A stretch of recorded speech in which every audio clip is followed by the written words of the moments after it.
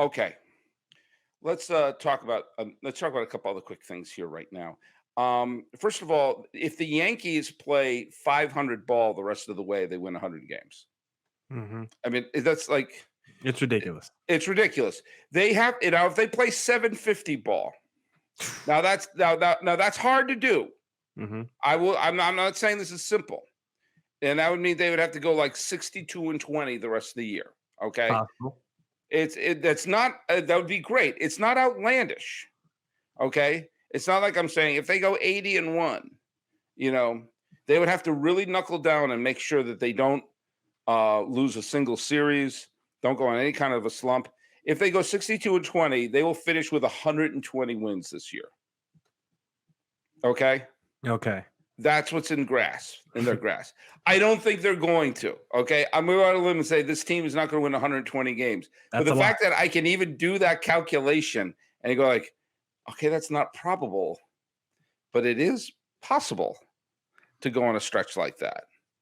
And especially if more like again, we know the Yankees and the Astros are not only going to win their division, but the Astros are probably going to finish better than the American League Central winner. I think we can agree on that. So Hmm. that means the two American League teams that are going to get buys are going to be Houston and New York. Most likely. And it looks like there won't be another team with a winning record in the West other than Houston. Mm-mm. And as we brought up the other day, the Red Sox, Blue Jays, and Rays have to just basically look at whoever's in second place in the Central and stay ahead of them.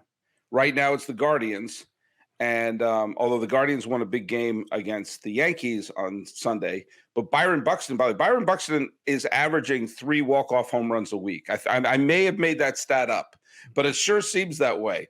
And every time I flip over, see a Twins highlight, it's they're throwing sunflower seeds and jumping up and down on home plate. There's so many walk-off wins with Minnesota. I'll get to them in a second.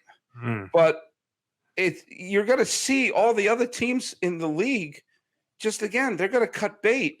And so if the Yankees are going to continue to be playing lousy teams, could they go on a run where they don't lose more than 20 games the rest of the year? Yeah, the American League is kind of watered down where it's really not that great. Like if I went to bet online and place money on who's going to make the postseason, I'm taking 4 teams out the American League East. Like the top 4 teams you mentioned, I think they're all going to make the postseason.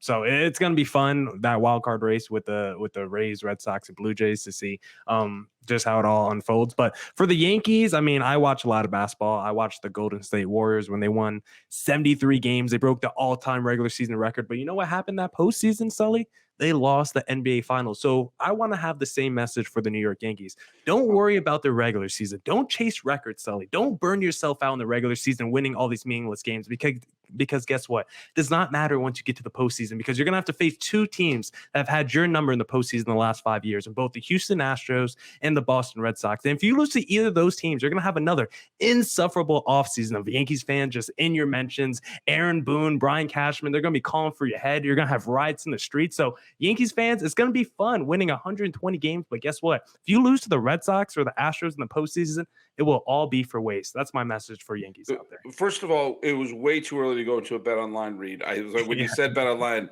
no, we're way too close. Like PTSD. We're way too close. I almost did it to get it out of the way.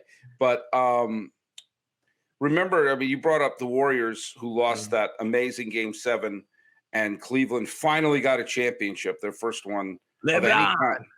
For LeBron there, the first for any Cleveland team since the 64 Cleveland Browns pre-Super Bowl championship. But remember that Warriors team, I'll bring up 2 other ones. The Patriots having the perfect season and losing the Super Bowl to New York, and the Mariners winning their 116 games in 2001 and losing to the Yankees in the ALCS. I mean, the number of wins they piled up actually wound up making those years It hurts hurt more. more. It hurt more. It's like, if the Mariners had won, like the A's won 100-something game and with a wild card team that year. If the Mariners had won like 105, that would be bad, but it wouldn't be as memorable of the fact that it had the highest. Oh, even going back further, I believe it was the I'm going to do some of this off of memory, but the Cleveland Indians in 1954 finally beat the Yankees to go to the World Series, and they won. I think it was 110 games. I'm doing this from memory, but it was 110 something, and it was the most wins ever. And that's how you had, because the Yankees also won 100 games that year. The Yankees won 5 straight World Series, and Cleveland finally got past them and went to the World Series. And finally, New York was not going to win the World Series that year. And do you know who won the World Series that year? Who?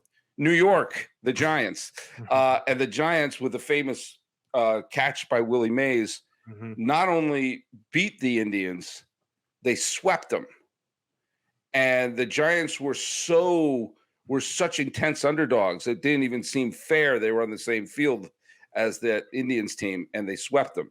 I'll give you one last note about that. When in 1995, my father and I used to take baseball trips, and we would go visit stadiums. And we were at Jacobs Field, which was brand new. It just opened the year before. And this was the year that the Indians won 100 games in the 144 game season after the strike. The Indians, this was the greatest team they've had in generations. The place was packed. And this was the first time that everyone knew it was the first time the Indians were going to go to the postseason since that World Series sweep by the Giants in 1954. And I'm there with my dad. I'm not a Cleveland fan, but I was cheering him on. And root for the home team. I'm in the root for the home team, and I thought it was a great story. Cleveland's great again. And I think I had on what was the Tomahawk C. I hated the Chief Wahoo logo even back then, but I used to have the Tomahawk C hat from the late 70s. I thought that looked pretty cool. And I was sitting there, and my father was there, and my father grew up a huge New York Giant fan. Later, towards the end of his life, when we moved to the Bay Area, rabid San Francisco Giant fan. But he had his NY, his New York Giants hat that he had. And we were sitting in there, and we're making small talk with this mother and daughter. And the mother was about my dad's age. And she was an old-time Cleveland Indians fan and everything. And my dad never mentioned the 54 World Series, never mentioned the fact that his team swept the Indians and all this stuff. And we had a very pleasant conversation. And then there was like a little lull in the game, like a pitching change. And the woman turned to my dad, and she could not have been more pleasant. We were talking about our trip, and they were they're from Shakers Heights, Ohio, A little lull in the game. And the woman turned around and gave my father a look that could kill, and said, "I see your hat," and then went right back. And she was pleasant the rest of the game, but there was a little bit of, "Don't think you're sneaking that FU by me." Yeah, she was onto it. She was onto it. But I'm telling you, that's a great point. Like that Indians team, that Mariners team, you mentioned the Warriors, the Patriots, all those teams that had that huge record that they were going for in the regular season made their collapse in the postseason even more of a long shot. Yeah, and when you see a lot of those dominant regular season teams, you have question marks of how battle tested are they really when they get to the postseason, because we see them so dominant in the regular season. So for the Yankees, I think the motto of success that they kind of want to base it off of is maybe the 2018 Red Sox, because that Red Sox team was, when you go back and look at it, there was literally no lull during the season where they gave you any question as to whether they're going to win the World Series or not, because I don't think they ever had a losing streak longer than 3 games, and they might have had one 3-game losing streak that whole season. They got to the postseason. There was moments where you're like, I don't know if the Red Sox are going to pull through here, and then every round they were able to miraculously do it, and they just swept their way through the regular season, dominated the postseason. When you look, they lost 3 postseason games, postseason games total.